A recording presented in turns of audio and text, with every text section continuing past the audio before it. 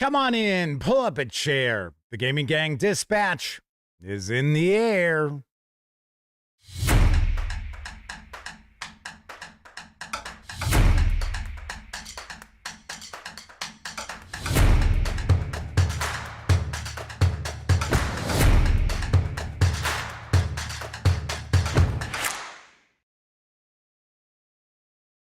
Howdy, gang, and welcome once again to the Duct Tape Studios. I'm Jeff McAleer, your host here at the Gaming Gang Dispatch. Brought to you by, obviously enough, thegaminggang.com, of which I happen to be the founder and editor-in-chief. So, welcome aboard, everybody. Tonight is Wednesday, August 5th, 2026. This is live stream 1348. If you're not overly familiar with the show, let me point out it's super casual around here.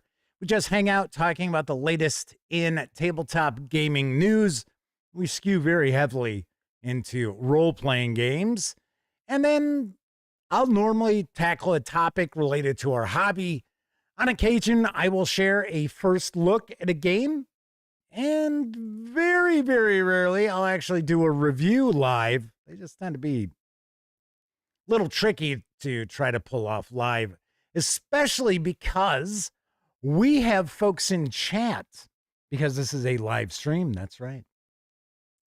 So when you're not watching videos here on the channel, be sure to visit thegaminggang.com for all the latest in tabletop gaming news, reviews, and a whole lot more you are never going to see here on YouTube. You know the drill. Get your geek on at thegaminggang.com. And then, as I just mentioned, because this is a live show, there is chat available. You must be a subscriber to the channel for at least an hour before you can take part in chat. One of the ways I keep some of the more unusual commenters at bay. But if you check off that box and you want to say hello, maybe you want to say howdy, maybe you got a question, a comment, by all means, chime in. I will do my absolute best to respond. First out the gate, I should say tonight. For some reason, I have a little hair on the side of my nose, and it wasn't there until the stream started. Must have just floated on down. Get off me! Get off me! Anyway, first out the gate tonight in chat is the Madman, good friend of the show, and one of our chat moderators. Tessie Trekkie is with us, as well as Zarquan, and Keithulu has popped on in. And I would think maybe the lovely and talented Miss Sarah D is lurking in the shadows, as well as another of our chat moderators. Very possible. We'll find out in a few minutes. So welcome aboard, everybody. Tonight, I'm going to do a live first look at the upcoming Cypher Character Rulebook from Monte Cooke Games. Yes, I had an opportunity to get a pre-release copy at Gen Con from my friends over at Monte Cooke Games. We're going to dive in. We're going to take a peek at this tonight. I am very curious about this new edition. I like the Cypher system. Thought it was pretty cool. Ciphers were a little tricky. And then I interviewed Sean K. Reynolds at Gen Con. We talked a bit more about this new edition. So I am very curious to pop on in and get a good look. So stay tuned for that. Now I will mention, if you are tuning in because you want to check out this first look, keep in mind we always tackle the gaming news first around here. So if you're watching live, kick back, relax, have a good time. Hopefully you can jump on into chat and have some fun with the gang. If you're watching after the fact, maybe even on Memorex, there are timestamps. They are in the timeline of the video, depending on the device you might be watching on. And if not, they are down in the show notes. So those are all those, the extra type that's underneath the video that usually shows like to read more. That is it. So you will find timestamps there. So if you want to jump past the news, you certainly can. If you're watching after the stream has ended. Otherwise, you're just kicking back with the rest of us. I see that, wow, I'm going to, hey, trying to pronounce this one. This is Bolaguno Jetade? Not even, I'm sure I'm not even close. So welcome aboard. All right. So some folks are mentioning that there was no notification last night that there was a live show. I don't know what's going on. It's YouTube. I have been told by other outlets to recommend my subscribers unsubscribe and then resubscribe and select all notifications, and it should shake YouTube back up so that you get the notifications when there's a live show or even the, uploads like reviews and standalone first looks and things like that. But yes, I will point out as far as like social media, I didn't get anything out until about 30 minutes before I started the show.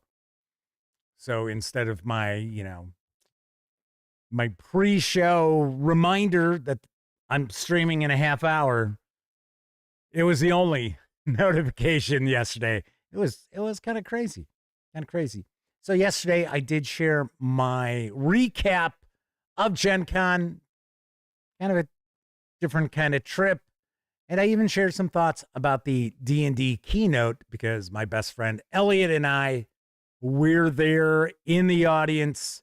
We were there as press members, yes. So if you haven't caught that, check it out. It is a long show, a little over 2 hours, but a pretty good show, I think. Miss Sarah D says Discord's usually how they get their notifications these days. Yeah, that was another place that I didn't post. I don't think I posted anything about a show yesterday on Discord, that is. I did today. So there you have it. All right. Well, let's see, anything else cooking? Oh, yeah. For those of you who may have missed yesterday's show, we've got some new branding.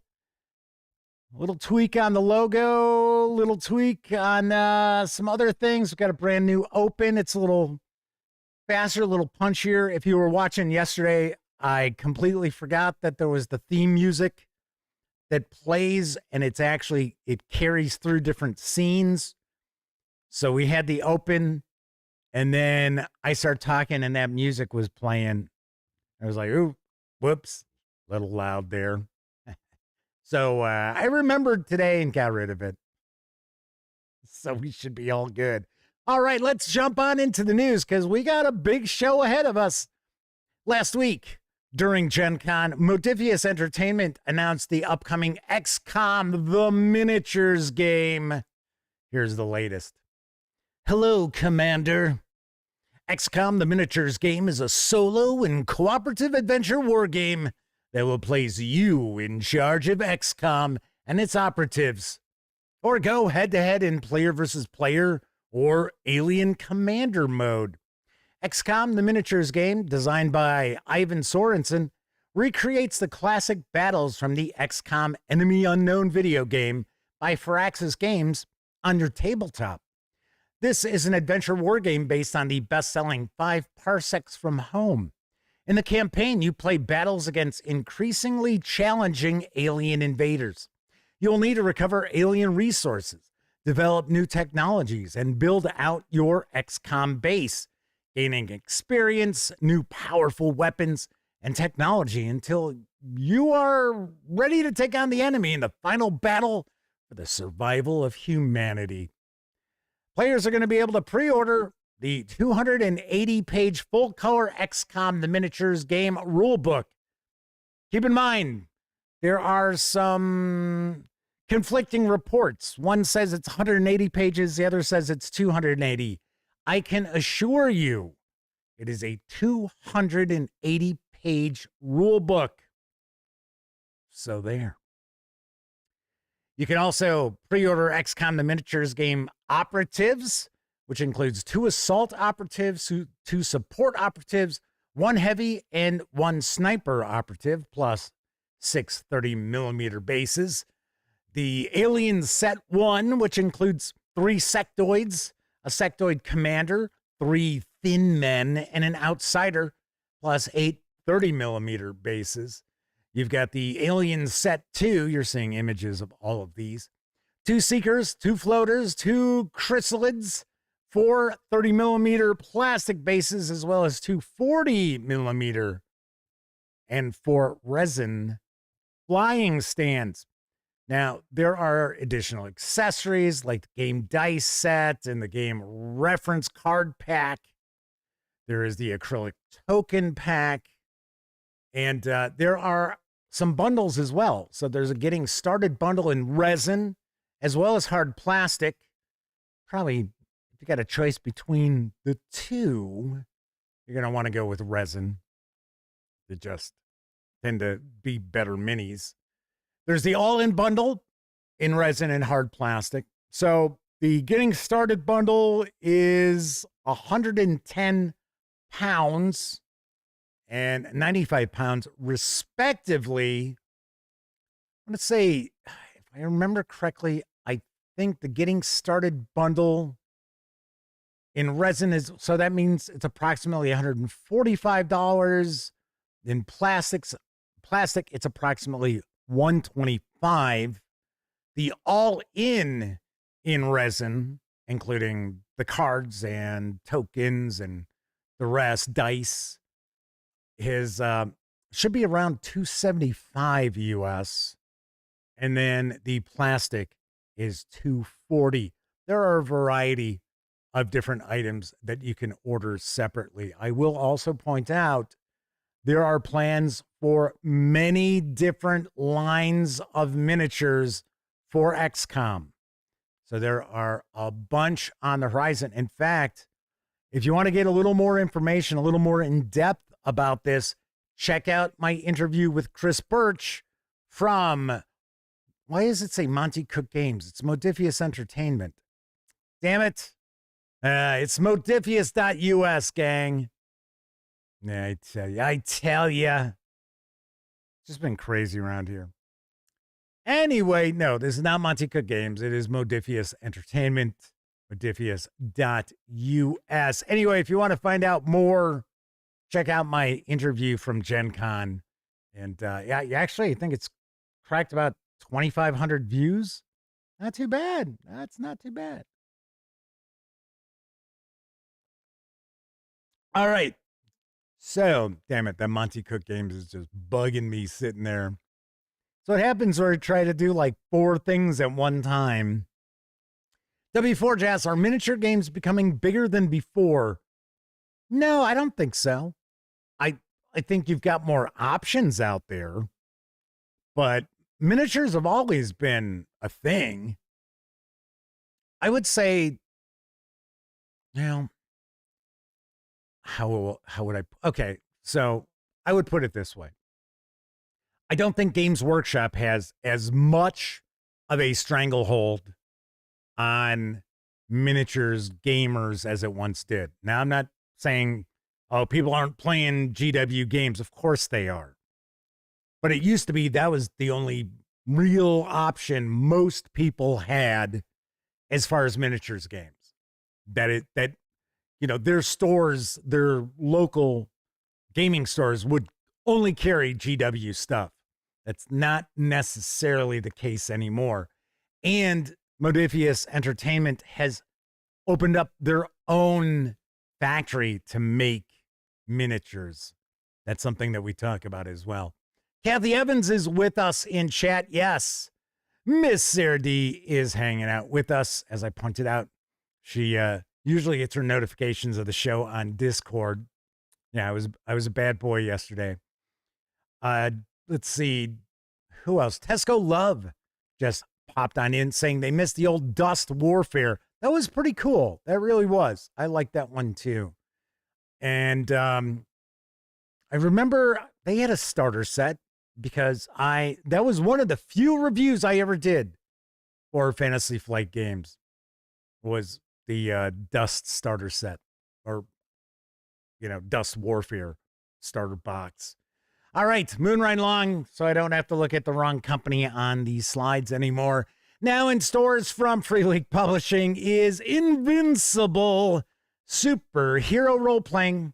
Here's the latest.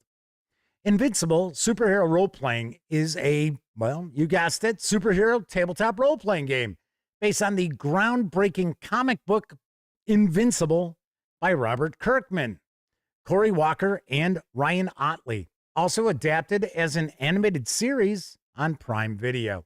In this action-packed storytelling experience, you and your friends take on the role of superheroes in your own corner of the Invincible universe, or any superhero setting of your own choosing. You might be a wisecracking speedster, a super genius inventor, a grizzled vigilante, a shape-shifting alien, or a high-flying symbol of hope.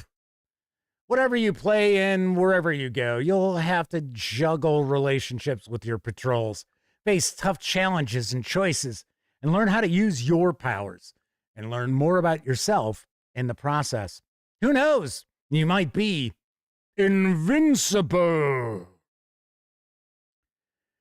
You'll find instructions for how to create your own unique hero at any power level from scratch, or using pre-made archetypes to dive into the action quickly. There are details on close to 70 unique superpowers and dozens of boosts, talents, and drawbacks. Fast and brutal rules for fast-paced action, superpowered combat, gruesome damage, and deadly challenges. You'll also find a deep dive into the comic book universe, including key locations and organizations, as well as tools for the game master to help set up campaigns, events, and encounters. You'll find illustrated descriptions and statistics for over 60 key characters from the Invincible universe. You'll also find Crisis Mode. Play Invincible superhero role-playing on your own without the need for a game master. The 276-page hardcover with PDF carries an MSRP of $49.99. It is in stores right now. If you want, you can grab just the PDF over at Drive-Thru RPG for $19.99. And you may already know I reviewed the starter set. So that review is out there. And you may kind of notice when we go back to full screen, when you see my mug big and bold and full screen, you're going to see the Invincible Core Rulebook right here. That review is coming this weekend. I do plan on having my review of both Invincible Superhero Role-Playing Core Rulebook, as well as the Laundry Supervisor's Guide. Maybe even something else. Because I've actually finished both of them. I just haven't started shooting the videos. So I will tell you, if you are looking for a superhero role-playing game that doesn't have, crazy amounts of crunch, this is something that should be on your radar.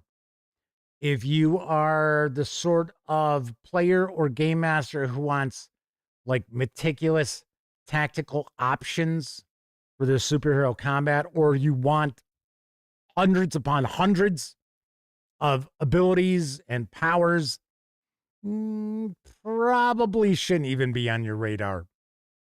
Just let you know. Kevin King's with us tonight. Welcome.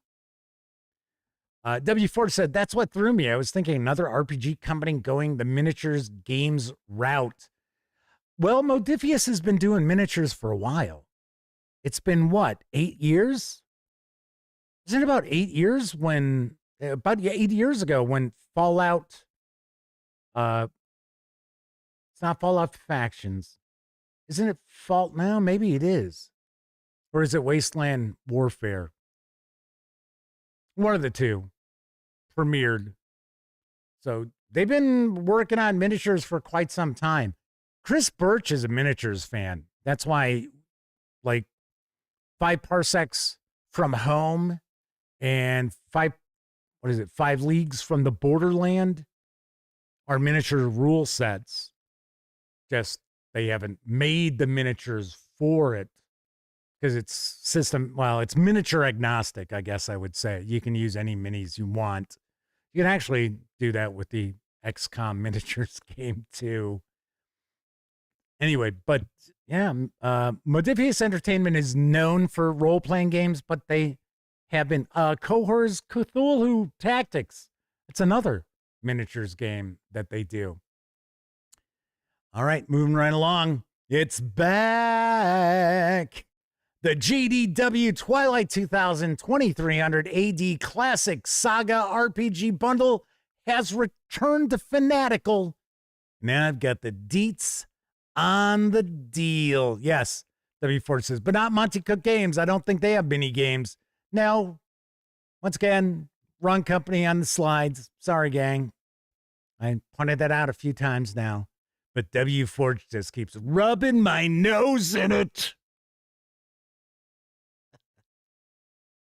Embark on a saga into the golden age of tabletop role-playing with this massive collection that combines 2 of Game Designers Workshop's most legendary and gritty RPG systems, Twilight 2000 and 2300 AD, which I do believe, if I remember correctly, we've talked about this before, they share a timeline. Traveler does not share a timeline. 2300 AD does. I believe Kevin R. Smith is kind of our expert on that when he pops on in. He's pointed that out before. Anyway, let's get back to the bundle. Tier 1 is the foundation. Get started with the original first edition core sets for both games, plus foundational guides and introductory scenarios. Tier 2 expands the frontiers and dives deeper into the lore of both games with regional source books, vehicle guides, and classic modules. Tier 3 lets you upgrade your rule sets with the highly sought-after second editions, along with a massive haul of tactical expansions and campaign modules. Tier 4 unleashes the ultimate GDW archive with the full 72 books on offer, including the Merc 2000 spin-off, comprehensive weapon and vehicle handbooks, and the epic Cypher War supplements for 2300 AD, as well as dozens of scenarios to keep your gaming group busy for years. And that is not hyperbole there, folks. This bundle does contain so much gaming content you would literally be playing for years. Whether you want to fight for survival, I should say, in the war-torn alternate history ruins of World War III, or push humanity's reach to the stars, this bundle contains decades worth of core rules, expansive source books, and classic campaigns inside the ultimate archive for collectors, historians, and hardcore tactical RPG fans. You can jump aboard for as little as $2.99, or you can go all in and score the 72 PDFs on offer for a measly $22.99. These savings run through September 15th. All products are redeemed through Drive-Thru RPG, and they must be redeemed by the 1st of July of next year. We'll mention, if you are interested in this bundle, I am an affiliate of Fanatical. So if you could, please stop by thegaminggang.com. There is a news piece for this. If you click on the news piece, there is a link to the bundle, and that is my affiliate code. So if you do happen to purchase this, I get a little percentage of that sale. Just saying. But this is a rockin' deal. I mean, it really is. Okay, is original Twilight 2000's mechanics clunky? Yeah. Sorry, Frank Chadwick. They're clunky. Second edition, I'm not overly familiar with, to be honest. But still, just the sheer amount of content. You're looking at the Bayern campaign for 2300 AD. That is like a months-long campaign at your game table. It's crazy the amount of content that is contained within. So very nice. Sweet. Max Apocalypse has joined us. Good to see you once again. So you want to save more money? Well, you know what? There's a new bundle of holding which has arrived, which features the Dungeon Age fantasy adventures from Joseph R. Lewis. And I've got the skinny on the savings. Adventurer. This all-new Dungeon Age Bundle 2 presents a fresh collection of old-school tactical fantasy role-playing scenarios by novelist and designer Joseph R. Lewis in his long-running Dungeon Age Adventures series. Joseph's ancient world of Hearth is a classic sword and sorcery land of wizards, warriors, and monsters, inspired by pulp fantasy authors like Jack Vance, Robert E. Howard, Fritz Leiber, and Michael Moorcock. The works of wizards long past haunt all these evocative settings, and their lost treasures lure adventurers to gather their torches and 10-foot poles for dungeon crawls in the classic manner. Explore a Jade Palace battleground of undead armies, the vampire stronghold of Eraveshti, city of 1,000 towers floating in the void, the Blue Bazaar and Silk Street tunnel of Carcasse's Spider Quarter, and the Temple of Whispering Eyes, lair of Uthal Ka, mad priest of cosmic chaos. This is a stand-up follow-up to the first Dungeon Age Adventures Quick Deal, which appeared in May of 2023. This is an all-new bundle, and it presents ready-to-run one-shot adventures in 3 volumes of Wicked Little Delves, as well as wide-ranging sandbox campaigns like Carcasse, Titan Rat City, and the Undying Sea that can keep your group busy for months. And in theory, you could explore Orbital Vampire City for months, but they'll eat you first. These succinct and elegantly written scenarios are available for Shadow Dark, Old School Essentials, Cairn, and Old School Revival basic expert style retro clones. Each adventure or setting fits easily into any ongoing fantasy campaign. You don't need anything from the first Dungeon Age bundle. For just $9.95, you'll get all 8 titles, the Dungeon Age 2 collection. Would it be Dungeon Age Collection 2? I think that would make more sense. As a retail value of $58, you get them as DRM-free PDFs, including the campaign setting Orbital Vampire City, Carcasse, Titan Rat City, and lovely Jade Necropolis, the standalone game The Undying Sea, based on Into the Odd, and 3 volumes of Wicked Little Delves, one-shots for character levels 1 through 9. Also included is Hearthbreaker, a short fantasy role-playing game rule set that adapts the Apocalypse engine for adventures on the dying world of Hearth.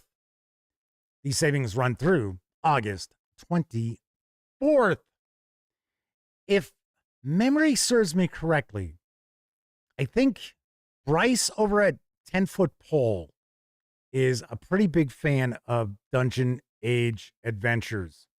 And you know, that's a gentleman who's got very specific tastes as far as his adventures, and he has no qualms about sharing his displeasure. The only knock I have against 10-Foot Pole is that Bryce will whinge about grammar and things like that in adventures, yet he doesn't police his own spelling and grammar and punctuation usage on his blog. It's sort of like, okay. But I do like his stuff. I think he's a solid reviewer. I really do. He's very specific on what he likes and what he dislikes. That is for certain. But pretty cool bundle, $10. Get yourself some standalone fantasy adventuring and a couple of rule systems. Not bad.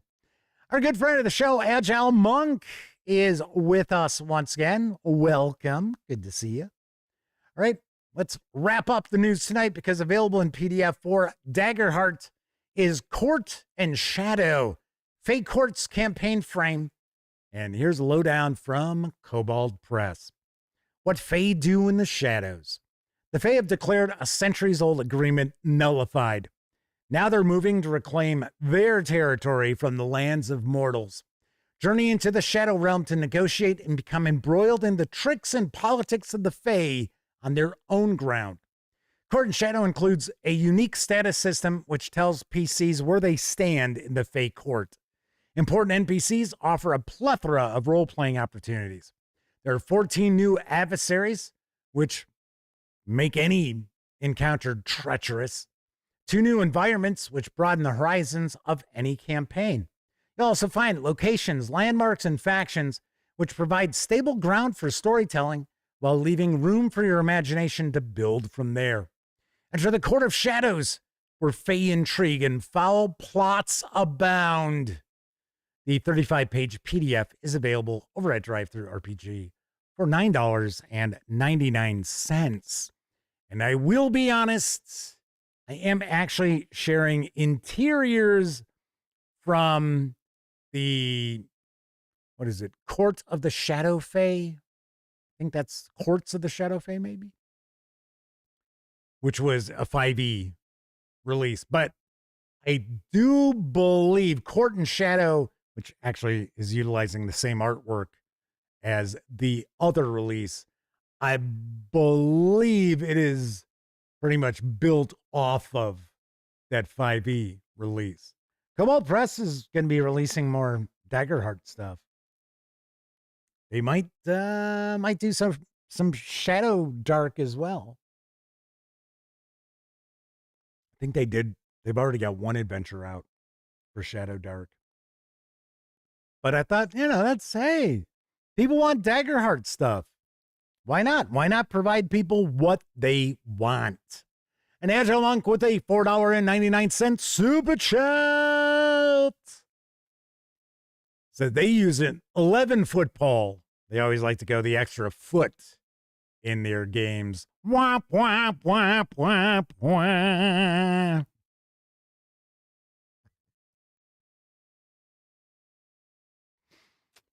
So if you were watching yesterday and you're watching today, I've decided to be a little goofier, a little more of my natural personality showing, as opposed to, playing it.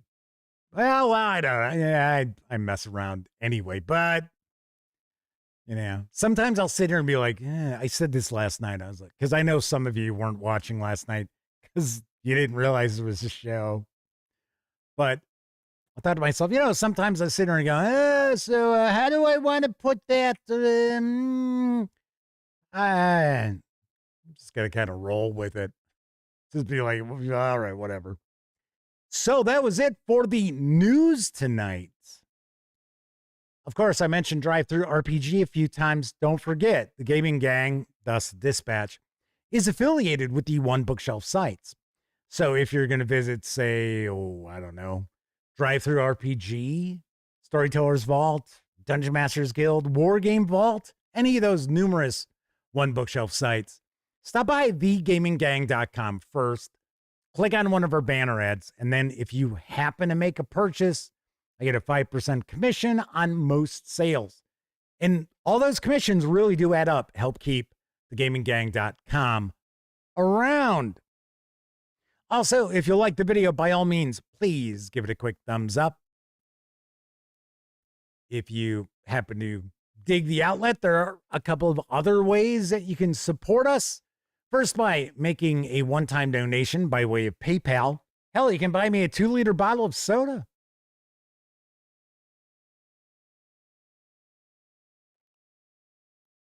Tastes like Dungeons and Dragons.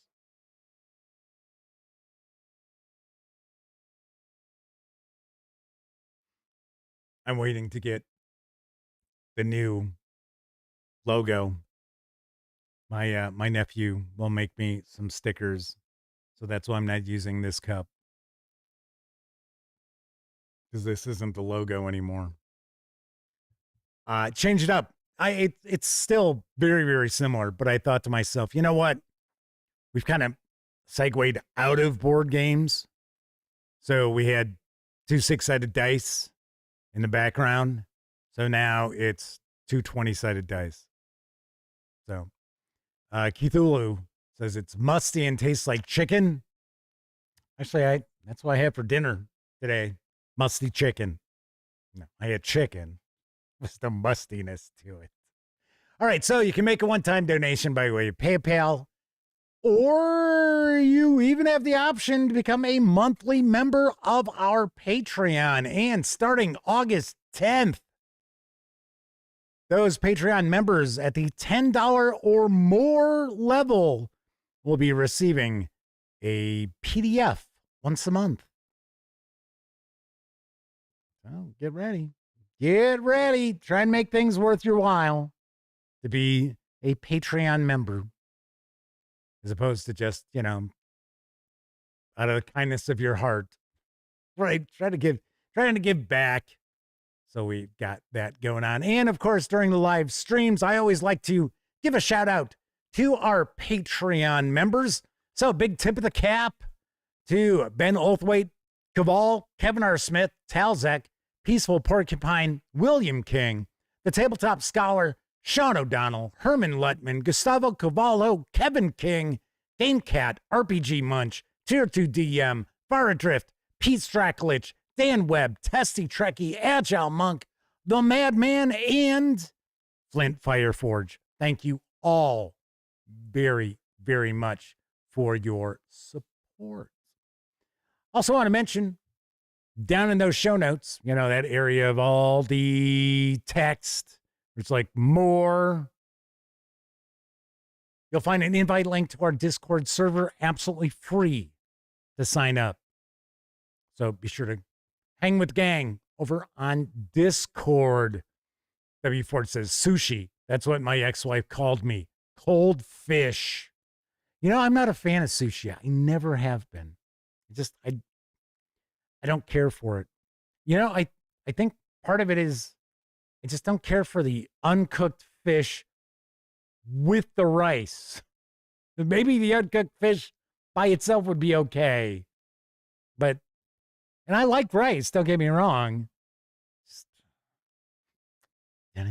Don't know. Something else I want to mention. This is the last week of the Gaming Gang Summer Used Game Sale, which benefits the St. Jude's Children's Research Hospital. And for the final week, got a special blowout. So board games only. So RPGs do not count. War games do not count. Board games only. You buy one, get one of equal or lower pricing, absolutely free. Which means it's a good way to grab one of the more expensive games and get another of one of the more expensive games for free. It doesn't matter. Does not matter. So if it's something that's $50, any other game $50 or less, absolutely free.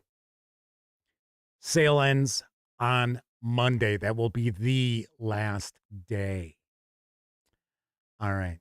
So tonight, we're going to dive on in. We are going to be taking a peek at the upcoming Cypher Character Rulebook from Monte Cooke Games. That's right. It is coming to stores soon. I've got a copy. We're diving in. We're taking a peek. We're learning more. Just not yet, because it's time for a brief intermission. It's intermission time, folks. Time out for a delicious snack in our sparkling refreshment building. Every item a fresh, appetizing taste treat. Know how I save money? With unsweetened Kool-Aid and sugar, just like my mom did. I remember how she'd mix a big pitcherful. Kool-Aid was so good and so inexpensive. It's still as delicious as ever. Today, with my sugar, it's about 12 cents a quart. Has vitamin C, too. I like giving Kathy what my mom gave me. Kool-Aid brand soft drink mix and your sugar. You loved it as a kid, you trust it as a mother. When can I pick up the pictures? Thursday. Thursday, okay, let me make a note of that. You gonna write it down there? I was going to, Oh, yeah. well, then let's say Tuesday. You mean 2 days earlier? No, 5 days later. 5 days later, I thought as If much. this customer were at a Photomat store, we'd be introducing him to our brand new picture pickup promise. Photomat's way of telling you exactly when your pictures will be ready. That quick? Sure, and if it doesn't work out, you get a free roll of film. Oh, no. You get in trouble for It's that. no I mean, problem. Huh? It's a Photomat policy. The Photomat picture pickup promise. Is there a photoman store around here? Look at this stuff. Some cereal. It's supposed to be good for you. Did you try it? I'm not gonna try it. You try it. I'm not gonna try it. Let's get Mikey. Yeah. He won't eat it. He hates everything. He likes it. Hey, Mikey. When you bring life home, don't tell the kids it's one of those nutritional cereals you've been trying to get them to eat. You're the only one who has to know. America's been waiting for a family show about a real family. Maybe you're just old-fashioned. Yeah, maybe. A show that reveals the joys and the sorrows. You better all dig down and find your pennies because this family could be in deep financial trouble. The triumphs and the defeats of real people. Mary, would you lay off him? He's just trying to do his job. The Bradfords are the family. 8 is Enough is the show.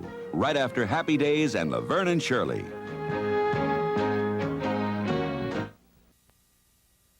Hello, grocery store? Send me some Wilkins instant coffee. How instant can you get?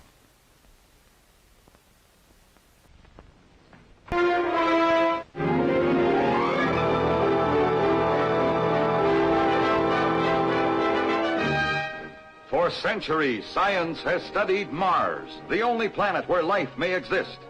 Now the screen creates for you the fascinating, frightening spectacle of the first flight to Mars. Hurtling through the universe, rocketing toward terrifying dangers. Good heavens, we're heading right into it. This could destroy us.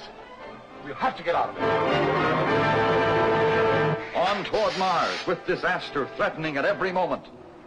Human emotions caught up in the terrific tension of the flight. Here is the suspense, the surprise, the drama of the unknown. Flight to Mars.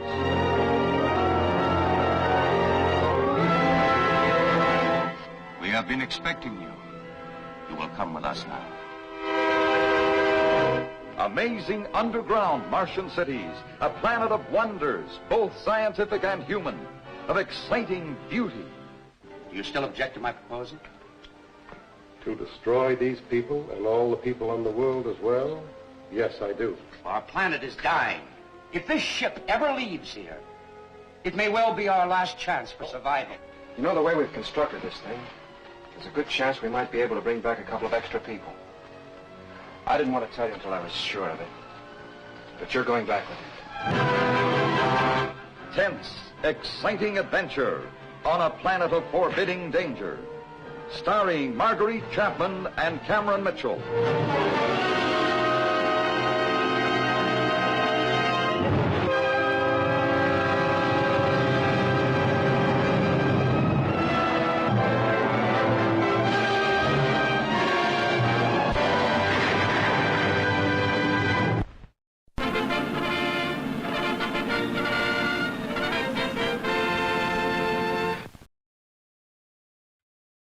As Keith Ulu has pointed out, Flight to Mars is actually not a bad movie. It's one of the better, like, B science fiction movies from the 50s. So for a change, I'm not sharing the trailer for utter trash, like I sometimes want to do. Couple of things. So the Photomat commercial. There was the color commentator for the Chicago Blackhawks radio booth, he was a former Blackhawk, and he'd, 20 years or something. And one of the things, one of his lines that he would use all the time was that the Blackhawks had to show restraint, like a Photomat employee who's just eaten a big bowl of chili. Because if you're not familiar with the Photomat, it was just a little booth. Sometimes you got like the drive-up coffee shops. What is Scooters, I think is one. It's like a big chain. Those are like massive compared to a Photomat booth. Photomat booths were about the size of a toll booth. So, of course, they had to show restraint so that they didn't fart. Basically what he was implying. Other thing I was going to mention. So, the Life cereal commercial, which is famous. World famous. This is about 30, maybe 35 years ago. Back when there was no way for you to actually search out something and prove something. Right now, you can just go online. I'll never forget a couple of times there were people who thought that, get Mikey, he'll eat it.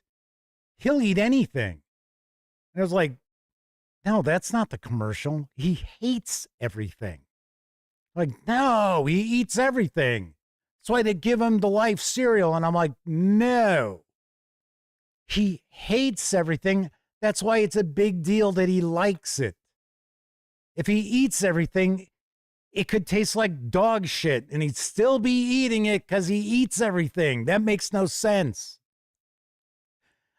Twice, I encountered people who it was like, what the hell's going on? What the hell's wrong with you? Yes, and then Mikey exploded. There was a story that floated around, and I don't know, I was maybe 10, 11 years old at this point. And it was that Mikey had died from eating Pop Rocks and drinking Coke. And that, it made him explode. I was like, okay, all right. Okey-doke. Danny W. Gable's with us. Good to see you, Danny. Keith Lewis says, if Mikey hates everything, why does he look pudgy? I don't know. Maybe he only eats human flesh. A lot of fat in that. Especially nowadays. So yes, I couldn't get over it. Give it to Mikey. He'll eat it. He likes everything, or he eats everything. It's like, no. What the hell would that be? What'd be the point of that commercial? Yeah. All right, so tonight we're going to dive on in. We're going to take a peek at the upcoming Cypher Character Rulebook from Monte Cooke Games. It is created by Monte Cooke, Bruce R. Cordell, and Sean K. Reynolds. Once again, if you missed it, I interviewed Sean K. Reynolds at Gen Con. We talked in depth about this new edition of Cypher. This 320-page hardcover is going to carry an MSRP of $49. I think it's $49.99. We're going to take a look at the back. It'll tell us. It's supposed to land in stores at the end of this month, possibly early next. Now, to my knowledge, there are two core books for Cypher, this edition of Cypher. We've got the Character Rulebook, and then we've got the Game Master book, which is going to be arriving in September. So, not too shabby. It's not like a D&D thing where it's like, oh, here's the player's handbook. You gotta wait 4 months for our next book. You need 3. You need all 3. It's like, okay.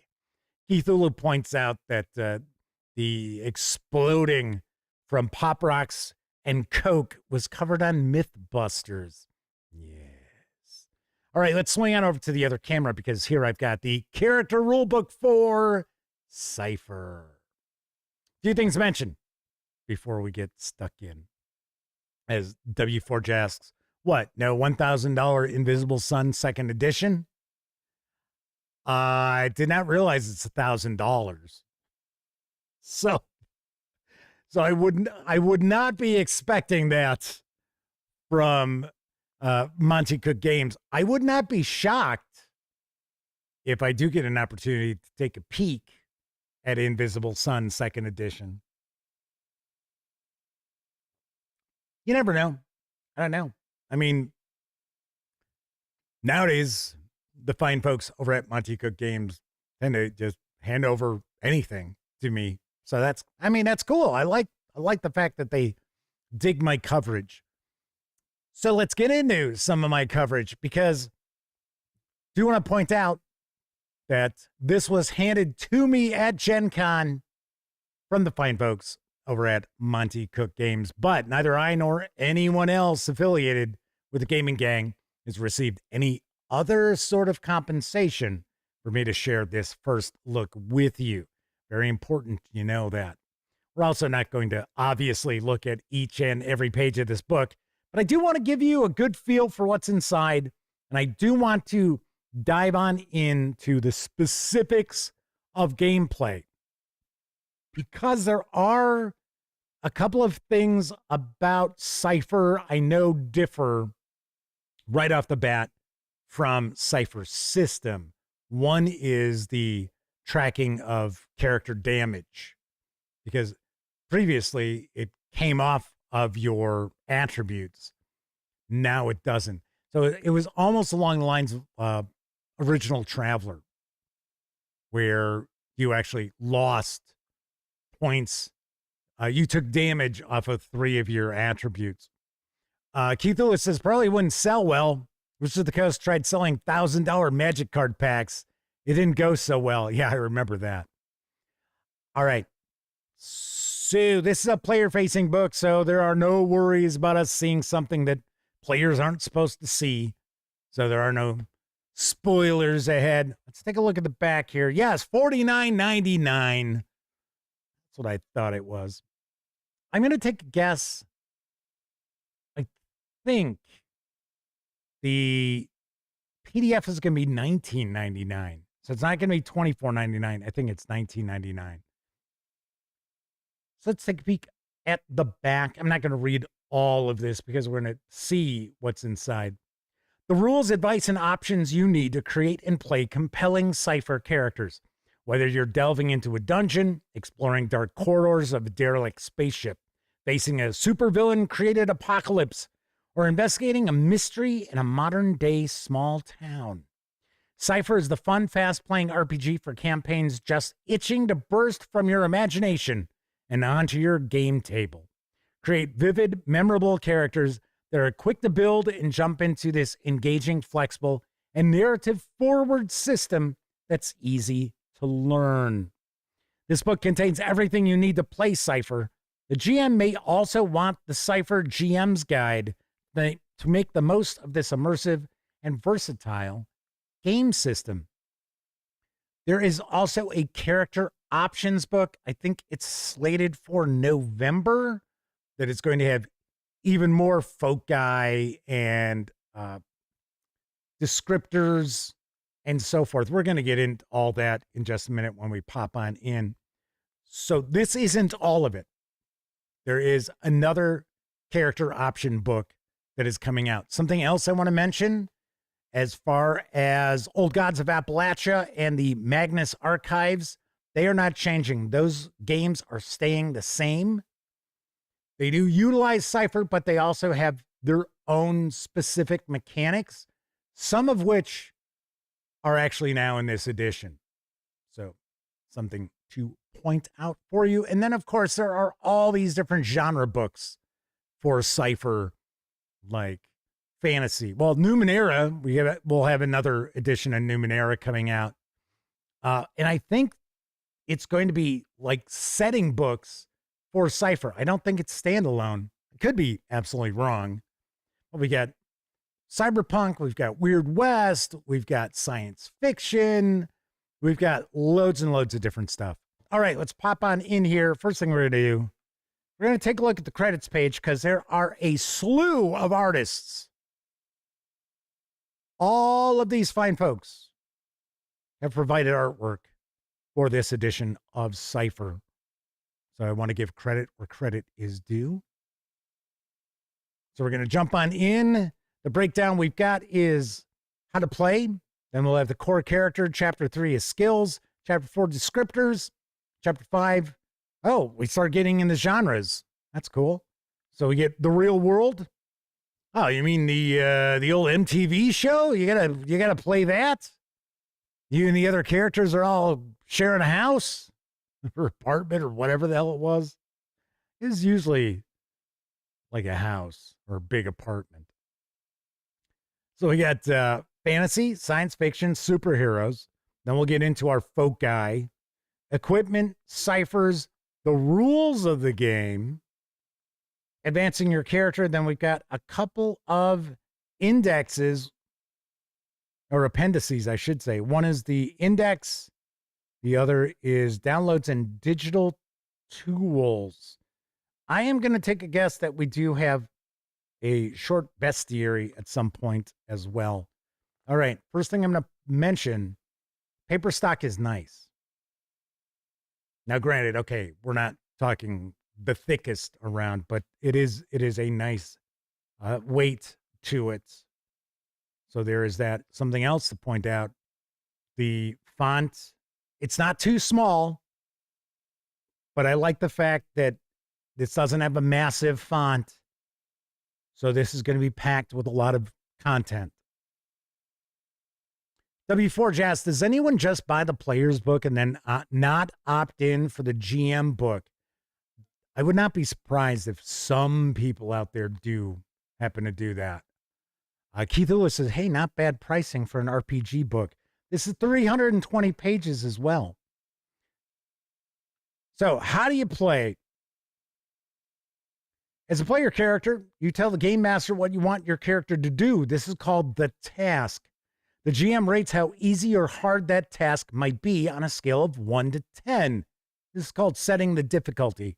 A task rated 1 is so simple that anyone can accomplish it nearly every time, while a difficulty 10 task is effectively impossible for normal humans. You and the GM determine if anything about your PC can reduce the difficulty, making it more likely you succeed. This is called easing the difficulty, and it might be a combination of your character's skill, equipment, or putting extra effort into the task. Bad circumstances can hinder the task difficulty, which will increase it.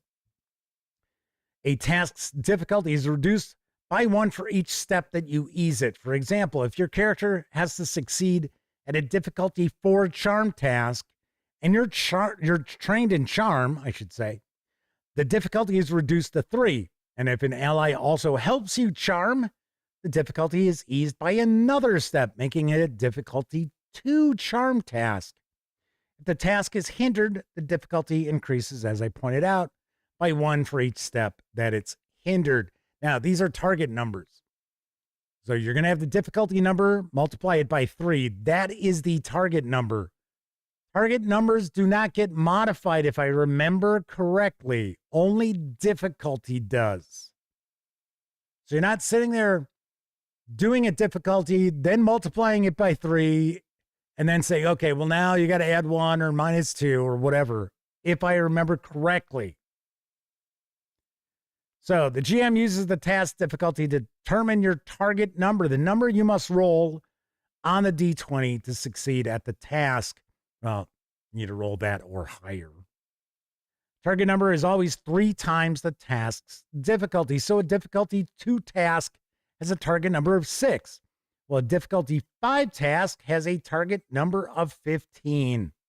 To succeed at the task, you must roll the target number or higher on a D20. Okay, just said that. The GM doesn't have to tell you what the difficulty or target number is, but they might give a hint, especially if your PC would reasonably know if the action was easy, average, difficult, or impossible. If you roll equal to or higher, you succeed. If not, you probably fail. Either way, the task attempt is considered your action. Also important to note, if you're not familiar with the original Cypher system, or now Cypher, game masters do not roll dice. Ever. Now, I could see if you created some random tables that you want to access during gameplay. Yeah, okay. Then you roll some dice. but game masters do not roll dice. I thought that was cool. I like that. I don't necessarily always have to be chucking dice around. Take the onus off of me. So it's like, well, you can't blame me that your character got massacred. You're rolling the dice. Don't look at me. Don't blame me. Blame your shitty dice. Like right here, GM luck never determines outcomes. GMs don't roll dice in Cypher. Only players do. All right. You've got your character, which you have a Cypher sentence, a Cypher character sentence. So it's basically adjective, noun, verb. Easy peasy. So create your character. You build a simple statement describing them. I am a, fill in an adjective here, fill in a noun here, who, fill in a verb here. Thus, I am an adjective, noun, who, verbs. There you go. That's my character. I'm going to be a noun. People, place, or thing. So, I am an honorable mage who quells evil. Or, I am an inquisitive power star who grows to towering heights. In this sentence, the adjective is called your descriptor. A descriptor is the most general, easily encapsulated means of describing any character. Resilient, cautious, strong, so on. The noun is your character type. This is the core of your character.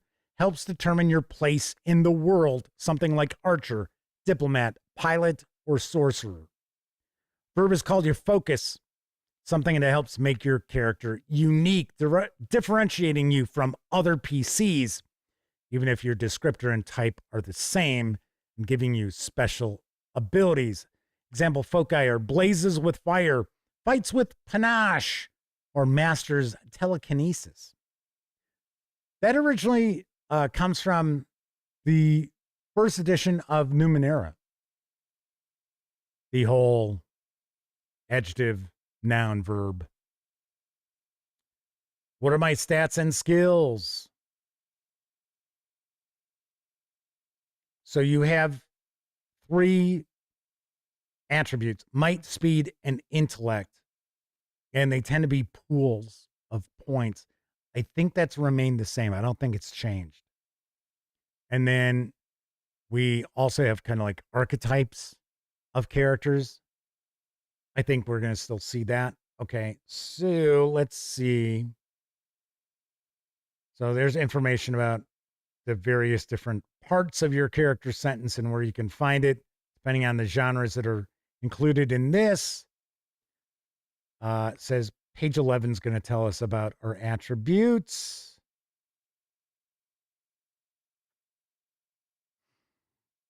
Three stats. Might, speed, intellect, like I pointed out. Each of the 3 stats has 2 components, pool and edge. So you might have a might pool and a might edge, a speed pool and speed edge, and an intellect pool and an intellect edge. Your pools represent your raw innate ability. You spend points from your pools to activate your abilities and to improve your actions. Core characters pools all start at 8. In addition, you get 6 additional points to add to the 3 pools as you wish. So that is a little bit different than Cypher system. Cypher system actually gave you, well, okay, so if you were a warrior type, this is how your pools were laid out. And if you were like a diplomatic type, these are how they were laid out. So a little bit different. Get your edge. So edge reduces the point cost when you spend pool points. It's like a discount. A core character has an edge of 0 for all 3 stats. And then it used to be that you got edges based upon the type of character you were. So like a warrior would have an edge in might. A mage would have an edge in intellect, and so forth. All right, so this is going to be our change here, is the wounds. This is one of the things I know is different now. Your character starts the game hale and healthy, but if you're likely to encounter threats at some point and risk become wounded. Wounds can come from such varied sources as the attack of a predatory beast, a fall from a great height, or supernatural effect like an explosion of magical fire. Anything that hurts you gives you a wound. Wounds come in 3 severities: minor, moderate, major. Core character can take up to 3 minor wounds, 3 moderate wounds, and 3 major wounds. When you're wounded, record the wound on your character sheet. There's a box for each of them. Each kind of wound has a different effect on your character. So minor wounds, nicks, scratches, bruises. Moderate wounds, open cuts, weapon grazes, sprains, minor fractures, injuries that no longer hurt after a few days. Major wounds, fractures, large open cuts, gunshot wounds, other significant injuries that generally take anywhere from days to weeks to recover from. So a major wound hinders all of your actions. When you take your last major wound, you die. W. Ford says, I am a greedy game publisher who will run an established RPG into the ground. Any Hasbro executive. Oh, W. Forge, tell us how you really feel. Now we got our skills. We've got effort. So you can spend points out of your pools to apply effort. And your edge counts towards this as well. If I remember right, I think you lower the difficulty of a task. So here, applying effort costs 3 points, right? Okay, remember that. From the appropriate stat pool, effort makes a task easier, just as a skill does. A core character has an effort of 1, meaning you can only use effort to ease a task by 1 step. A character with a higher effort score can apply more effort to a task, easing it by additional steps. So as your character advances, you'll actually have more points in your attributes, because the attribute score isn't necessarily a representation like the 3 to 18 would be. So it's like, oh, well, you've got 10. Well, that's average. No, not really. 8 is what everybody starts off with. If you have 10, that means probably above average. All right, then we get into assets, which is like equipment boosts that you get. Ciphers, we'll get into that in just a bit, because that's something, as I had mentioned to Sean K. Reynolds, I think some people out there, myself included when I was first introduced to the Cypher system, find kind of tricky, because they're one-shot items. And it's kind of like, okay, so if you got a superpower, so if you're a superhero, and one of your superpowers is like Cypher based, it's kind of like ciphers are use them and lose them. Just like in the fantasy genre, like your spells. You use them, you lose them. Which, kind of D&D-ish, but you're not necessarily regaining the spell. Like I said, it was a little confusing in some ways. I personally found it less confusing as far as like modern or science fiction. Okay, weapons and armor. So basically armor, it basically soaks damage. Equipment. So your quick summary. And then, of course, starting characters have limits to how many ciphers they can carry on them. I'll say it's 2. So that's why when you get ciphers, you want to use them. You don't just, hang on to them. You want to use them because almost, it's a different concept, but as the Madman will attest, in Savage Worlds, you get bennies. You want to spend bennies because the bennies flow. It's supposed to be the same way with ciphers. Use the ciphers because you're going to get more ciphers. So we got character creation examples. Okay, I'm going to start skipping some pages here. Different skills. This is our master skill list. I am positive we'll have more skills in that character option book coming in November as well. Give you an example of some of the skills: astronomy, biology, gunnery, history, identifying, lockpicking, magic lore, perception, performance, pickpocketing, piloting spacecraft, psychic lore, publishing, religious lore, scavenging, skilled trade, stealth, woodcutting. So skills are pretty easy to create as well in Cypher, mainly because a lot of times the skills make things easier is essentially what you're looking at. Make things easier. If you have a skill, it's going to lower the difficulty of your tasks, so you'll get a lower target number. So the Madman says, exactly. The players are willing to be more creative and try things when they have bennies and aren't saving them up until the last hour of the game. Kevin King points out they like how there's the sidebar references. Oh, no, I'm sorry. I take that back. Kevin King says they do love their sidebar references. I thought it was like, I do love their, no, it was they. Kevin King says they find them distracting while reading. You know what?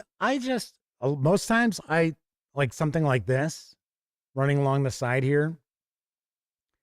What these are doing are actually kind of summarizing various different aspects. If I remember right, these were in the Cypher system core rulebook as well. W. Ford says too many skills for the OSR crowd. The OSR crowd wouldn't be playing Cypher. I'll tell you that right now. So it doesn't really matter if there's too few or too many skills for OSR players out there. This is not a game they're going to turn to. Your point is moot, W. Forge. I'm not picking on OSR. You know I love the OSR. It's just this is not a game that there's nothing BX about this. Okay, there's a 20-sided die. There's that. I remember it. I think that's the only die you need. You just need a 20-sider. So as you can see here, just the breakdowns of the skills is a paragraph for the most part. W. Ford says so much more. The pity.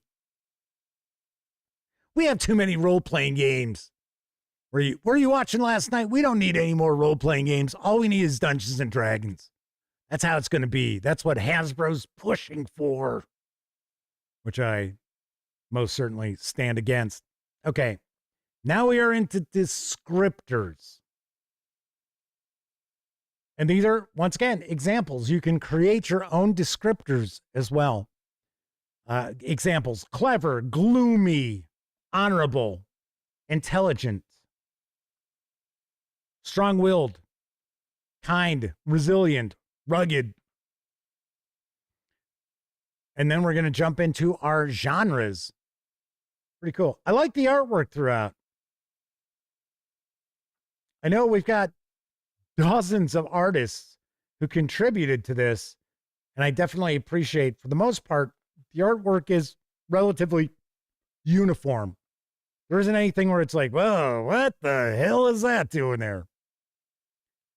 W. Ford says, is that what they meant by 1D&D back in the day? That might be what they want to call it these days. If you were watching, I talked about the keynote, how they're doing a Dungeons and Dragons World of Warcraft, and then the final thing they teased was Dungeons and Dragons Star Wars.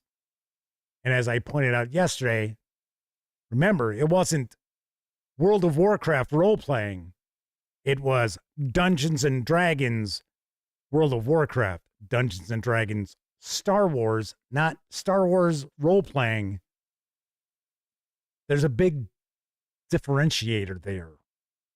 That it's like, okay, well, the real selling point is D&D, not necessarily what the book is. Yeah, I'm not fond of that. I am opposed to the thought that, and I mean, there are gamers out there that only play Dungeons and Dragons who do have a mindset that, yeah, that's the only game anybody needs.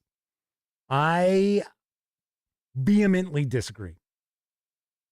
So I love stuff like this, right? We get to delve into other things. Because if not, I think the creativity would start to dry up. I really do. Keith Lewis says back in the day, there were 3 or 4 D&Ds going on at the same time. Oh, yeah. Back when you had like Ravenloft, Dark Sun, Dragonlance, all those kind of things. Greyhawk, obviously enough. Okay, so I believe this real world genre is not just like, espionage and things like that. I do believe that there is also like maybe a bit of a science fiction vibe to it. I don't think it's just, like hitmen and stuff like that. We got our fantasy genre. We've got each genre has skills. Looks like they're all still the skills from the main list.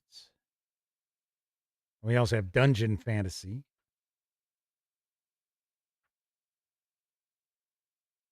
So real world was pretty short, wasn't it? It's like, wait a second. Because we usually get archetypes. Like here, we've got the barbarian for fantasy, the druid, the cleric, the mage, necromancer, the rogue, axe fighter, archer, sorcerer. Wow, there are a lot of archetypes here.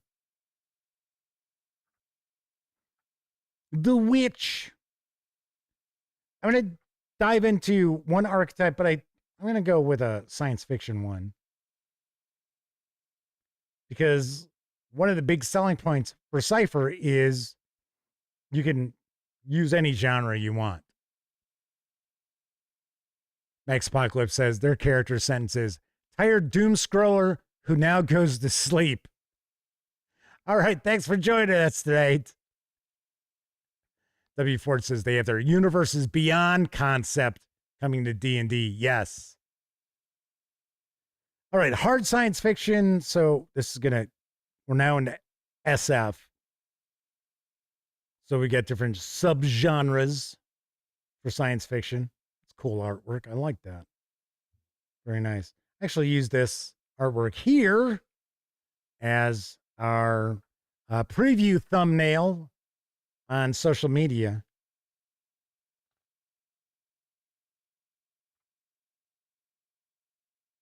Okay, let's take a look at the medic. Let's delve a little deeper into this. You fix people, reknitting their flesh, patching their ruptured organs, and coaxing their shattered bones back together.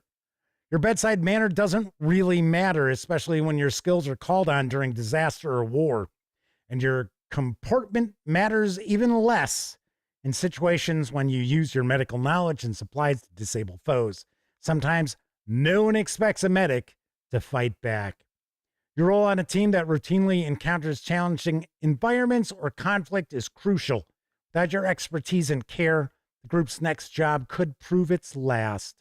Luckily, you can also handle yourself in a fight.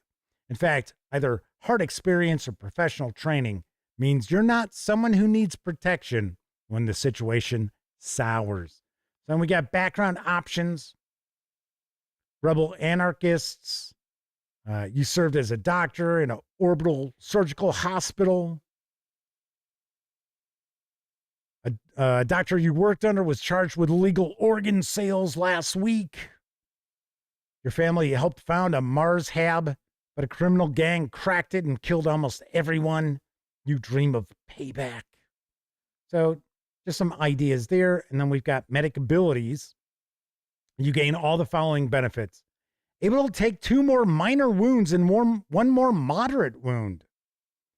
Add 1 to your speed pool. Add 3 to your intellect pool. Add +1 edge in a pool of your choice. So remember I had mentioned that the edge, you use edge to get a discount. So as an example, you're activating an ability that uses intellect and you've got an edge of 1. Well, it's going to cost 1 point less to activate that. If I remember correctly, and it might have changed in these new rules, but I think it's probably going to be the same. I seem to recall if you have edge in a particular attribute and you use effort, because you spend 3 points out of a pool for effort to lower the difficulty 1, I think the edge counts for that too. So I think it would count like if you're spending effort out of the attribute that you've got edge in, it would be 2 instead of 3. You can freely use light and medium weapons, freely use light and medium armor. At tier 3 and tier 6, that's the advancement. Choose an ability from the science fiction genre abilities list. At tier 1, you gain the following abilities. So that's your starting character. Bad medicine, +2 intellect or speed. Expert doctor, you're trained in healing. Prepared medic, +2 oh, I'm sorry. I think, does that mean you have, I think that's a prerequisite maybe. With access to a medical field kit or similar equipment, you can use treatment in half the normal amount of time or treat twice as many wounds for one character in the normal time. Then there's medic equipment bundle. Then it says noble, use the same noble as in space opera. Here's space opera right here. It looks like we'll get, yep, there we go. Get some archetypes. Scoundrels, star pilots. Got the post-apocalypse. So as you can see, science fiction is broken down into subgenres. That was kind of cool. It's an astronaut. It looks like they're wearing a traditional spacesuit.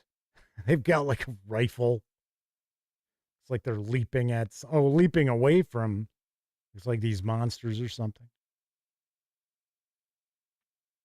So then we get into superheroes. Crime fighter, vigilante, superhuman, powerhouse. So we see we also have different ranks. Then we get into our superhero abilities. Then we move into the foci. So the foci is that verb at the end. Kevin King says, I do like a lot of their art. So there are 40 foci. Well, it says over 40 foci here. So some examples. Builds allies. Employs magnetism. Rides the lightning. Never says die. Hunts. Leads. Walks through walls. Works for a living. And then each of the foci will actually have specific abilities that they provide you that will unlock new things as you advance level. Well, because you don't really have levels, you've got tiers, and there are 6 of them. It's kind of cool. I always get a kick out of, and this is something that I've seen with other science fiction role-playing games where they'll have like a dolphin and the dolphin's in some sort of, like environmental suit. I always think that's kind of cool. Kevin R. Smith is with us. Very nice. All right. So controls beasts. Let's grab one of these. Doesn't do much. There you go. All right. Let's dive in a little further. So tier 1, joy in small things. When you learn or figure out something important as determined by your GM. All right, need to wet the whistle here.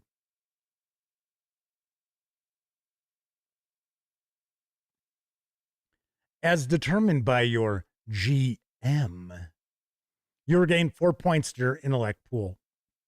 Yeah, because you'll spend your points out of your pools, and you can't just refresh your pools whenever you want. And it's kind of funny because unlike if things haven't changed, and it's been a while since I reviewed the Cypher system core rulebook, but if I remember correctly, you don't really have like short and long rests, right? So you've got kind of a rest period, and the first time you do your rest period to refresh, refill your pools, it's like 10 minutes. You can do it again in a few minutes. And then the second time you do it, and it's like, okay, well, now it's a few hours. And then it's like, okay. So it finally gets to the point where it's 24 hours between being able to reload your pools and that. I thought that was kind of cool. As opposed to the, oh, well, it's short rest. Every time it's going to be like X number of hours. Oh, it's a long rest, X number of hours. So I like that. Hopefully that has not changed. Okay, next we got life lessons. You've learned a little of this and that. You have a knack for getting things done. Choose any 2 non-combat skills. When you use effort on either of those skills, you can apply a free level of effort. Nice. And we have tags of enabler on both of those. Picking up the slack, 1 intellect. I believe that's the cost to activate it. You can fill in for a skill ally when they're unable to perform a specific task. If an ally within long range is trained or more in a skill but can't attempt the task, such as there's a lock to be picked, but the skilled ally is unconscious or too far away, you gain an assist on that task. You cannot use this ability if you are trained or better in that skill. That's first tier. And then they're showing us how these things work together. Tier 2, inspiring ease. Through story, song, art, or other forms of entertainment, you inspire your allies. Totally chill. So here's the recovery, right? I was just talking about that. Your 10-minute recovery takes you only 1 action, and your 1 hour long recovery takes 10 minutes. Then we have extra padding. You carry around a little more weight than most, maybe muscle, maybe fat, mix of both. This extra padding provides extra protection from physical threats, allowing you to ignore a minor wound you just took. We also have improvise. If you aren't trained in a task, you can improvise to gain an asset on that task. So assets are like gear, a tool you cobble together, sudden insight, or just dumb luck.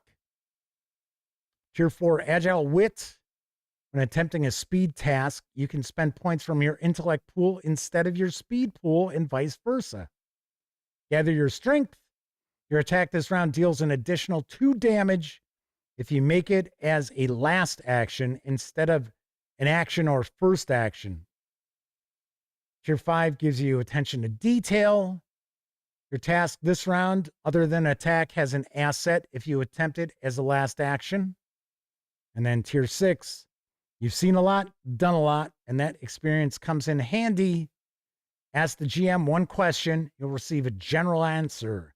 This is drawing on life's experiences. The GM assigns a level to the question, so the more obscure the answer, the more difficult the task.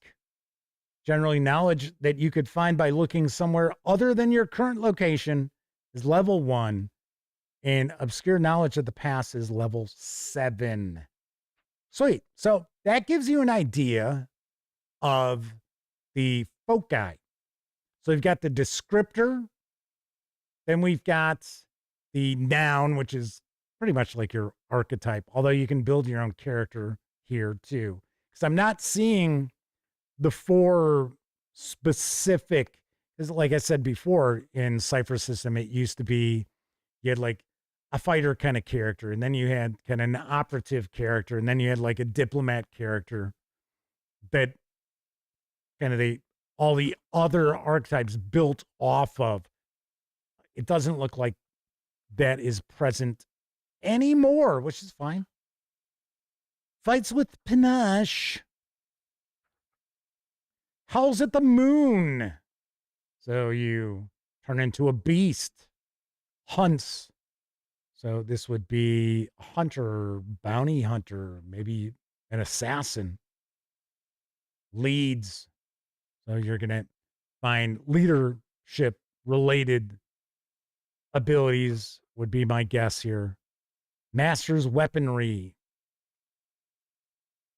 Performs feats of strength.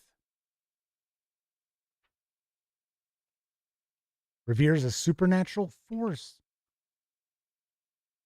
So as you can see, there's quite a bit packed into the 320 pages. Lots of arts. I know Kevin King said they're not a fan of this. He said that really doesn't bother me much because I know that normally it's just kind of a summary of something that's been discussed here, or like an example to give you a better idea. So Kevin R. Smith said the first, I think recovery is what it's called, was 1 round. I think the second was 10 minutes. Third was an hour. But yeah, the fourth rest meant you had to camp for the night. Right. And I liked it. I thought that was very cool. As opposed to the short, long rest, and that's it. So if you're sitting there, you're burning through all of your pool points, then, and you know, you're looking at, well, you've already had 3 recoveries. Well, you might want to be a little more careful with spending those points. Now, one of the aspects of Cypher system that I know players kind of got into was because your pools were also your health, that people wouldn't be spending their pool points because it was like spending your health. So now, having separated the two from one another, that should alleviate that. All right, so we've got our equipment. So equipment in Cypher plays only a small role. It's far more important to focus on what you can do than on what you have. Still, sometimes it's important to know if you've got enough rope or what kind of gun your space pilot has at their hip. We also have like price categories. So we don't have specific amounts for things. So currency is pretty much abstract because it's not necessarily all that important. So we've got science fiction equipment. So rather than items having big, long descriptions, it's just, okay, here's this thing. Inexpensive items for post-apocalyptic equipment, a candle. Dim light in an immediate area, lasts for an hour. Knife, light weapon, easily destroyed. Plastic bag, easily destroyed. Shield, can block wounds. Moderately priced items. Baseball bat, it's a medium weapon. Climbing gear. Crowbar, an asset for prying open things. Kevin R. Smith said, I forgot how much I loved how Cypher handles money and wealth. Yeah, you're not counting copper pieces. Okay, so let's see. 172 copper pieces comes out to 1 gold piece. Yeah, like, okay. Then we get into our ciphers. Let's see. Let's get into our discussion of them. Because remember, the ciphers themselves are what I think trip people up. And I found them to be kind of tricky too. Ciphers are one-use abilities that your character has, and they change from session to session. This spices up the game because you always have new options for dealing with challenges. You have different tricks up your sleeve each time. Maybe a cipher lets you turn a combat encounter into a negotiation, or reveals information about your foes and how they tie into the overall story. Ciphers are things that the player might do by asking the right questions or rolling well, presented as a one-use character ability that explicitly tries something cool and different. There's a lot of stuff on your character sheet that you can consistently rely on. Skills, pools, abilities, and so on. Ciphers are the wild cards that give you fresh options and let you try something new. There are many different ciphers, and while none of them will break the game, they will be useful and interesting. Many ciphers are the sort of thing that a realistic hero in a film or television show could do without any supernatural help, like having a burst of insight about the best way to use the nearby terrain, gaining a surge of adrenaline to accomplish something exceptional, or being lucky enough to make that once-in-a-lifetime shot. In some ways, they're like a capability you had within yourself but can't always rely on, which means they're pretty realistic, because on a typical day, you might not be able to jump over a fence, make a half-court shot, or evade a dangerous driver on the highway. But on the days you do manage one of those things, it's memorable. All right. Every time your character has a significant rest, such as making a 1-hour recovery, is a good time for the GM to award you more ciphers. You can think of this as a break between two significant scenes in a story. But it's something else to keep in mind about Cypher. This is a scene-based role-playing game.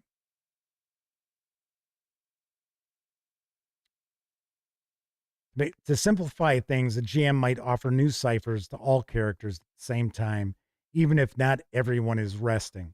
Now, it is also possible in adventures for characters to find ciphers. So in a fantasy setting, well, even science fiction, whatever, a healing item, be it a potion or maybe an injector or whatever, would be a cipher. It's a one-shot cipher. It does a specific thing. Pretty easy.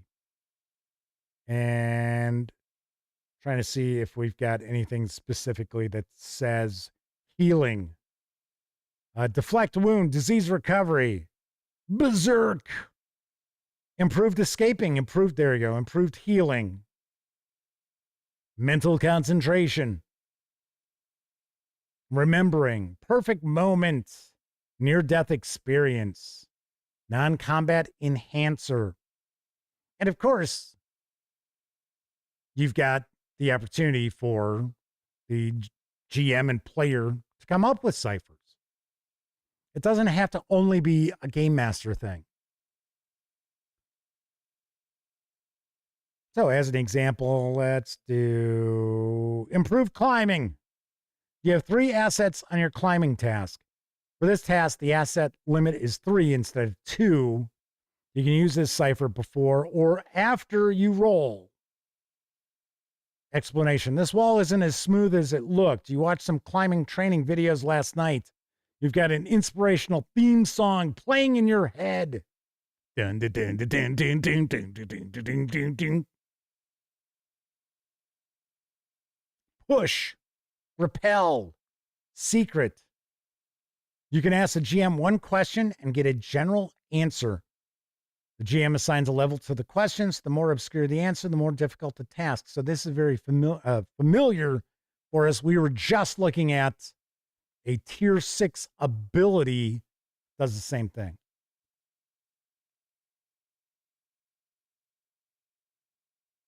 So we've also got random tables. So of course, rather than you rolling dice as the game master, the players would roll the dice. Oh, it says no. It says GM might use the tables. See, remember when I was talking about how the game master doesn't roll dice? Maybe you had random tables set up. This is exactly it. This is what they're talking about there.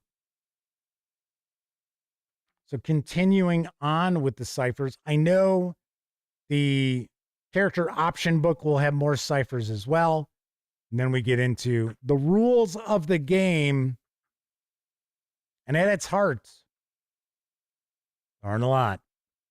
There really aren't. I mean, this is a 320-page book. We're on page 283. We are now getting into the rules of the game.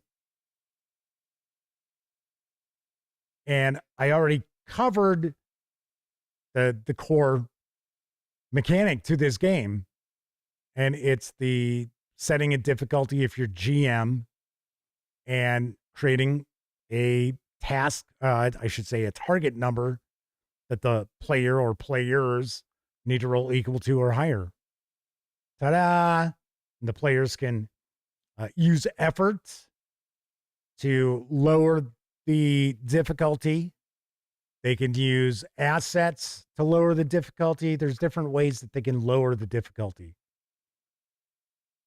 And like I said, if I remember correctly, the only changes come to the difficulty of the task, not the target number. Because then you'd have a bunch of confusion. Because funny enough, there's some crunch to Cypher, more so when we get into like combat. But you don't want a whole hell of a lot of math either. So if you were sitting there having to figure out, okay, difficulty times 3, that's the target number. Oh, okay. The hindrance is going to raise that difficulty, and spending effort and other things is going to lower that. And then we got our target number, and now we got to use modifiers. I don't know. So the reality is you're trying to pull down the difficulty number. So a difficulty 10 is essentially impossible. It's impossible to be able to, achieve success. In fact, the reality is you're looking at 6 or lower as far as being able to roll on a 20-sided die. I will have to go read all the rules again, see, because it's possible I'm misremembering how Cypher's system was.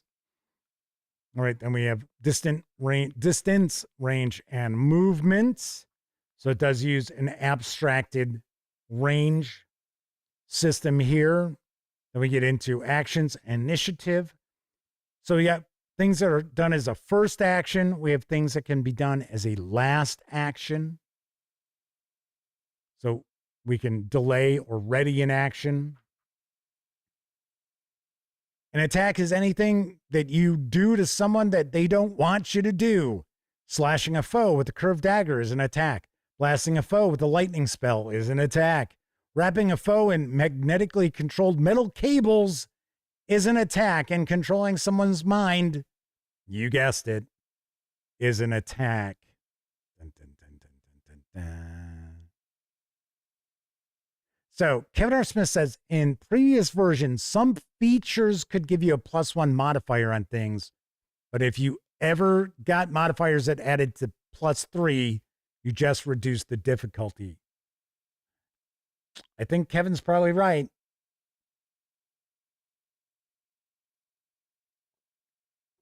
So it is very possible that I was not remembering correctly.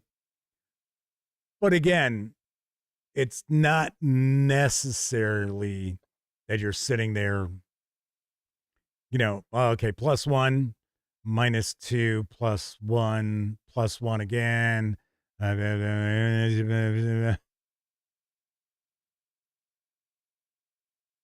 So with the attacks, you have might or speed. If I remember correctly, I think if it's ranged attack, it's speed. If it's like a melee attack, it's might.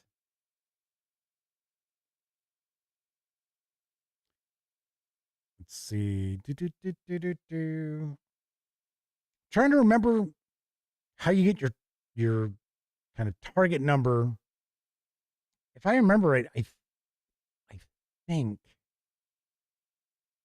Let's see. Do we have any like bestiary entries? I guess we don't. I thought we would.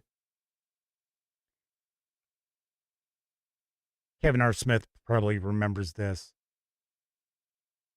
If I remember right, I think the stat blocks for the bestiary entries have like the difficulty number on them.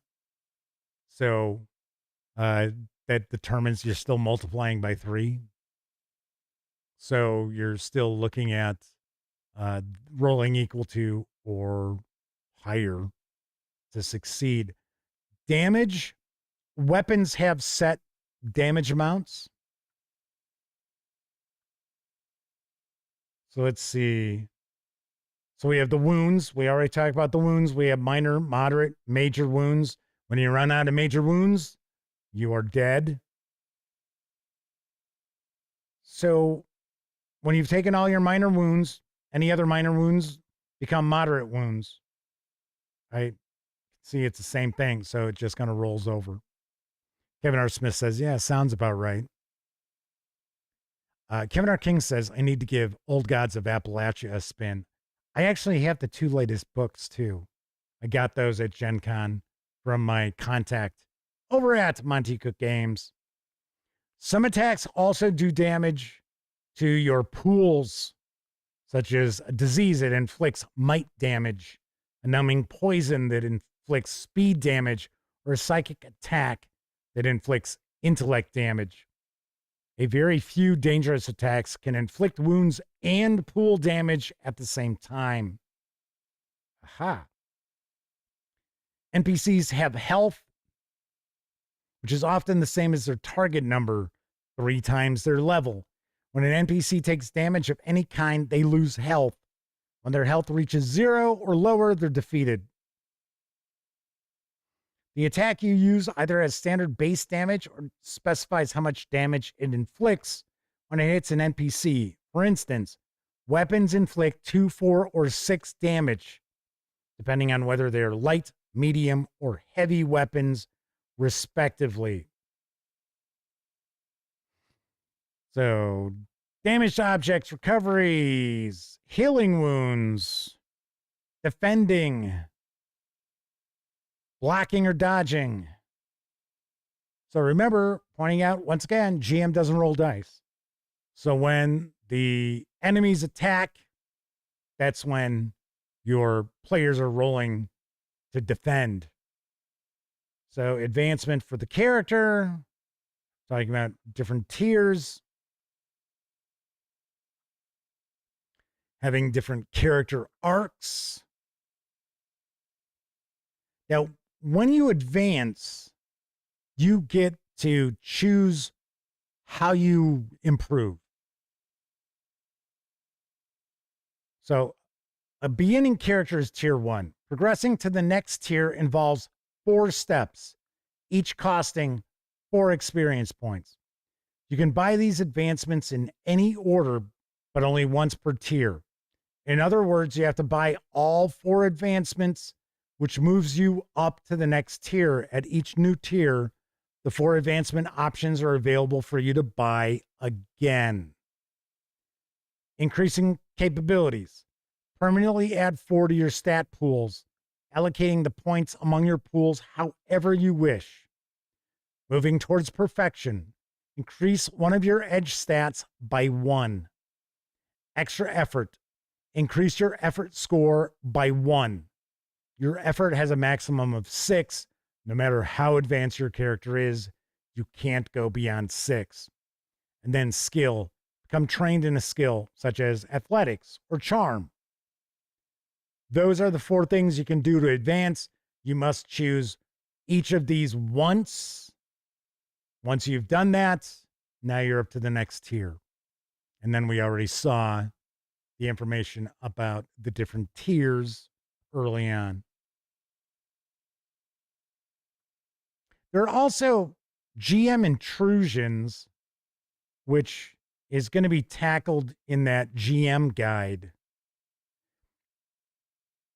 GM intrusions are interesting. I think it's something that also kind of trips some people up a little bit, where the game master can kind of like jump in and change things, and they offer up experience points for the players to accept it. So like the GM can float out a challenge or a change to the storyline, maybe to make it more interesting, make it more challenging, whatever. And they offer up experience points, just like the player characters spend experience points to advance, to get those advancements, but they can also spend experience points on other things during the gameplay. In fact, if I remember right, and once again, got to read the rules. And of course, that seems like that's going to be in the GM guide, that the player characters could actually spend experience points to like buy off the GM's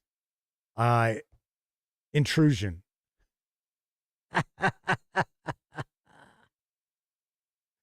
So I know it's sort of like, well, doesn't that, well, it is a game anyway, but it kind of feels like, oh, isn't that kind of a little too gamey, a little too gamified? Actually, I got to say it appears that it would work pretty well.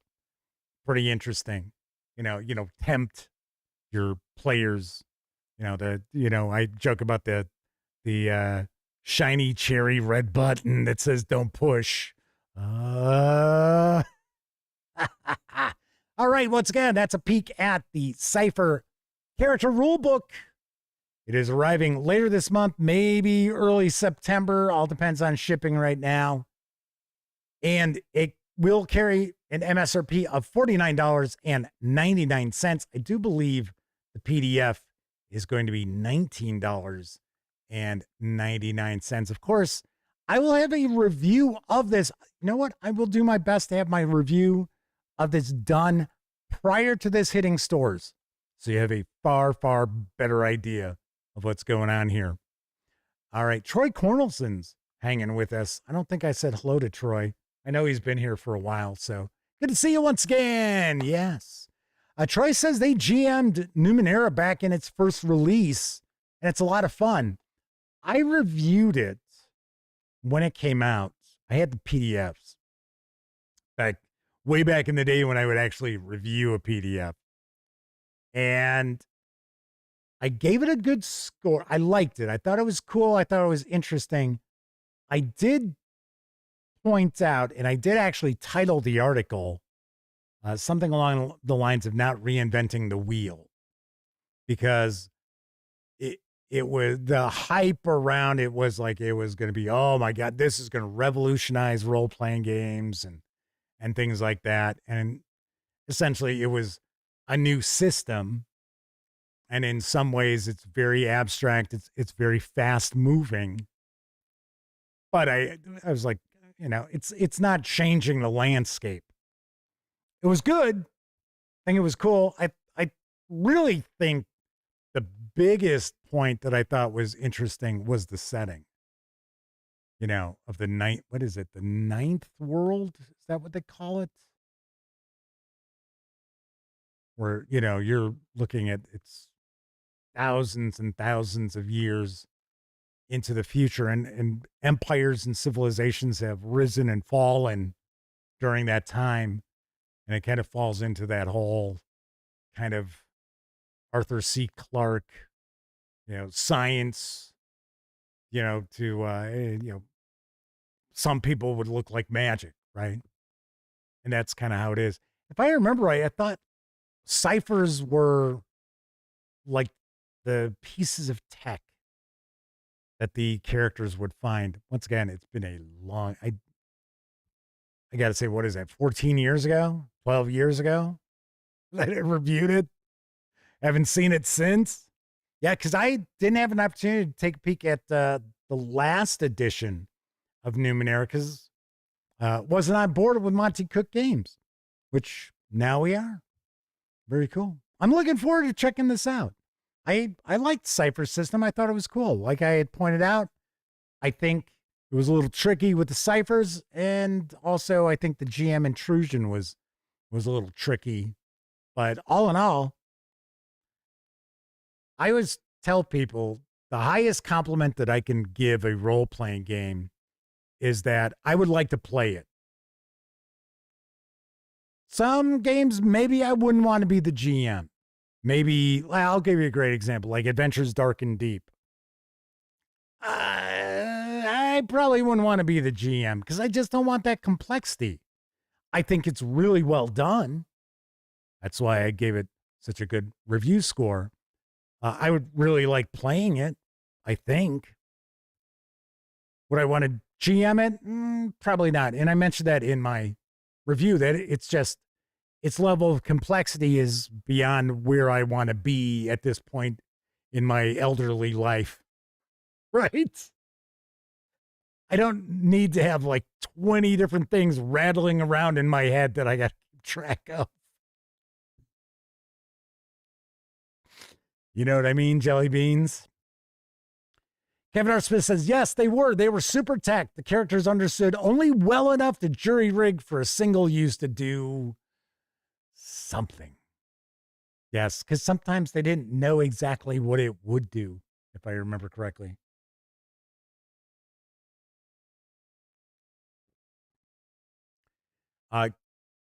Kevin R. Smith also points out that, yes, players could pay off the GM.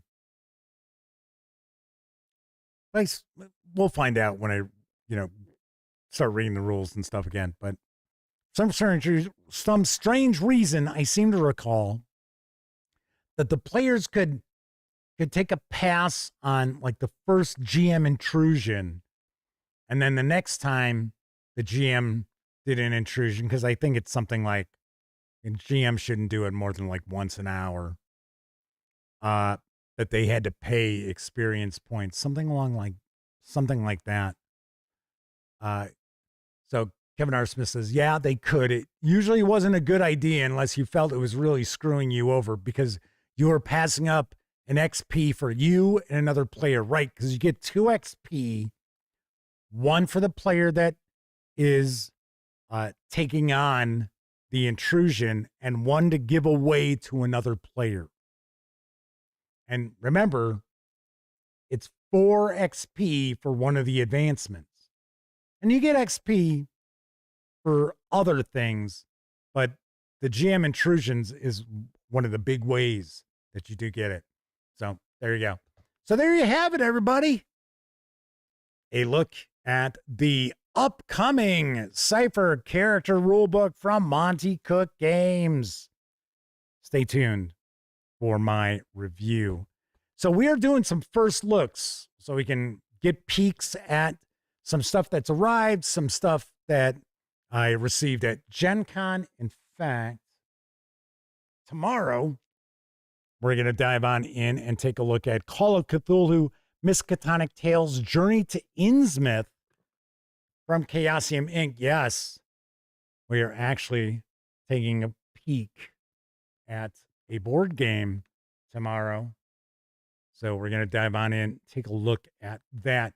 Troy Cornelson says, stats are hit points, not in this new edition. That is one of the big changes.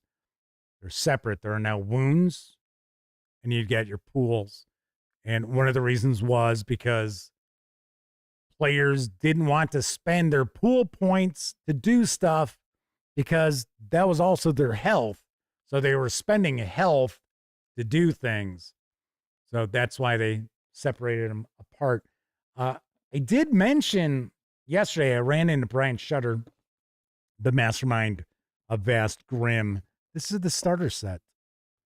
So there are no dice in here, but we're going to take a peek at this probably next week. I think we'll dive in, take a peek at this next week. All right, another really long show, another 2-hour show. Yowza. But hey, you got a first look at the new Cypher book. Probably have a little better understanding what Cypher is than you did prior, if you're not overly familiar with it. So, pretty cool. I'm looking forward to diving into it. I've got a couple of things ahead of it that I got to get through, and then I will jump on into that. All righty. So, that is it for this time out. If you're watching live, Thank you very much. If you watched live and took part in chat, you get a tip of the cap. Because not only are you keeping me company, you're also keeping each other company while I'm sharing the news or diving into something or pontificating about a topic, what have you. But of course, I know a lot of folks out there, you don't get an opportunity to take part in chat. You're watching on Memorex. You're watching after the fact. Doesn't matter. I really do appreciate the fact any of you out there take time out of your busy life to watch any of the videos here on this channel. It really does mean a lot to me. So thank you very kindly. Anyway, if you like the video, by all means, please give it a quick thumbs up. If you're watching on a mobile device and you got some spare hype points, maybe sprinkle a few on. And of course, if you haven't subscribed to the channel, please do. And if you do subscribe, don't forget, ring that bell, because it'll not only let you know when the Dispatch streams live Tuesday, Wednesday, and Thursday evenings right here on YouTube at 7 p.m. Central. It'll also let you know when I share other videos, such as my recent review of Pendragon the Boy King from Chaosium Inc. In fact, it went up last night. It's been up less than 24 hours. So if you're curious about that, give it a peek. Yes, it's the first chapter of the new edition of the Great Pendragon Campaign, a legendary role-playing product. You get to find out what I think about it. They're very cool. Of course, when you're not watching videos here on the channel, be sure to visit thegaminggang.com for all latest in tabletop gaming news, reviews, and a whole lot more you are never going to find on YouTube. You know the drill. Get your geek on at thegaminggang.com. Everybody enjoy the rest of your morning, afternoon, evening, whatever time of day it is in your neck of the woods. I'm Jeff McAleer. Thanks again for watching. And as always, I certainly hope each and every one of you gets to enjoy plenty of great gaming with your gang.